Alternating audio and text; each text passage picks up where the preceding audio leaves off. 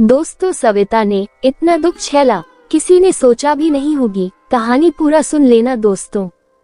सविता की सौत सीता ने सविता को गले लगाते हुए कहा, छोटी, तुमने तो शादी करने के बाद अपना घर बार ही भुला दिया है। वो घर आज भी तुम्हारा है। तुम अपने घर और हम सबको कैसे भूल सकती हो? तुमने बहुत अच्छा किया जो दूसरी शादी कर ली। अपने ऊपर का कलंक तुमने धो दिया। सबके मुंह पर इस बच्चे ने चांटा जड़ दिया है। जो तुम्हें बांझ और निपुती कहते थे, सासू जी भी बहुत दुखी और शर्मिंदा हैं। उन्हें सच्चाई पता नहीं थी ना, अब जाकर मैंने उन्हें बताया। छोटी, बोलो ना, आओगी ना अपने उस घर भी तीज त्योहार पर? अजय, अनीता और हम सब तुम्हारा और मास्टर जी का बेसब्री से इंतजार करेंगे। वादा करो हमसे। सविता ने भावुक होकर कहा, हाँ दीदी, मैं जरूर आऊंगी। आपने इतना सब कुछ होते हुए भी मुझे आदर मान दिया। मैं आप सबको नहीं भूल सकती। मैं वादा करती हूँ, जब तक जिंदगी रहेगी मैं उस घर में आती रहूंगी। एक दूसरे के गले लगकर रोते हुए सविता ने अपनी सौत और अपने पहले पति के बच्चों को विदा किया।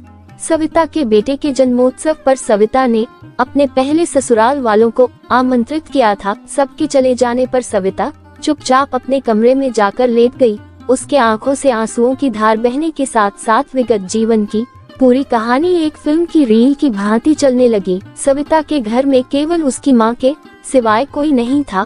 पिता बचपन में ही गुजर चुके थे। सविता पढ़ने में गाने में बहुत ही होशियार थी। गांव में ही उसने बीए करने के बाद बीएड किया और उसकी नौकरी शहर में एक स्कूल में हो गई। जिस छोटी सी घर में वो किराए से रहती थी, उसके बगल के ही घर में एक सुदर्शन युवक रवि अकेले ही रहता था। आते जाते दोनों में दोस्ती हो गई। पता चला कि वह एक ऑफिस में क्लर्क है। धीरे धीरे दोनों में ये दोस्ती प्रगाढ़ रिश्ते में बदलने लगी। रवि ने उसके सामने शादी का प्रस्ताव रखा, जिसे सविता और उसकी मां ने स्वीकार कर लिया। हालांकि वह उम्र में सविता से बहुत बड़ा था। दोनों की शादी एक मंदिर में दोस्तों और सविता की मां की उपस्थिति में हो गई। फिर दोनों ने कोर्ट मैरिज भी कर लिया। सविता के पूछने पर रवि ने बताया कि उसके घर वाले इस शादी के खिलाफ हैं, इसलिए वो शामिल होने नहीं आए। सविता को कुछ महीनों के बाद रवि अपने गांव ले गया।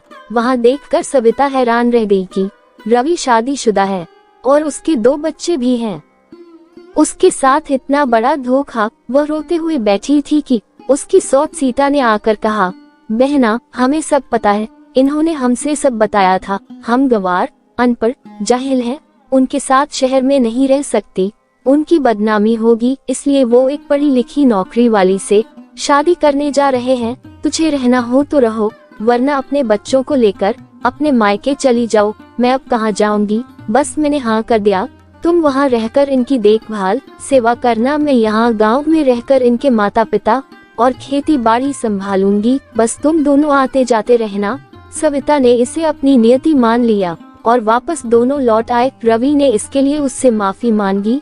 मैं तुमसे बहुत प्यार करने लगा था। तुम्हें बताता तो तुम किसी हालत में मुझसे शादी नहीं करती। मैं उसे तलाक दे दूंगा। सविता ने कहा, नहीं, तुम्हें तलाक देने की जरूरत नहीं है। 2 साल हो गए पर सविता को बच्चे नहीं हुए। एक दिन उसे पता चला कि रवि ने अपनी नसबंदी करा ली है। वह तो जैसे आसमान से नीचे गिर पड़ी। उसे रवि से नफरत होने लगी। बोलचाल बिल्कुल ना के बराबर होती। हमेशा से ही खिलखिलाकर हंसने वाली सविता खामोश हो गई। धीरे धीरे उसकी सास, गांव वाले और स्कूल की शिक्षिकाएं उसे बांझ कहने लगी। पर वो किस मुंह से अपनी सफाई देती? उसके पति ने उसे अपनी कसम दे दी थी। अब सविता ने अपनी जिंदगी को नरक बना लिया। खाना पीना सब बंद और वह बीमार रहने लगी। ये सब देखकर रवि को अपने किए पर बहुत पछतावा होता। वो उसे खुद को छोड़ने को भी कहता, पर सविता खामोश होकर देखती रहती। शायद उसका धोखा वह सह नहीं पा रही थी। एक दिन रवि को हार्ट अटैक आया और वह हमेशा के लिए अपने अपराध बोध से मुक्ति पा गया। उसके जाने के बाद सविता ने उसकी पत्नी, बच्चों और माता पिता को संभाला। बेचारे, उनका क्या दोष? दोनों बच्चों को अपने साथ रखकर पढ़ाया लिखाया। गांव भी जाती रही। एक दिन सविता ने अपनी सौत सीता से कहा, उसकी मां ने अपनी कसम देकर उसे शादी के लिए राजी कर लिया है। वह एक शिक्षक से शादी करने जा रही है।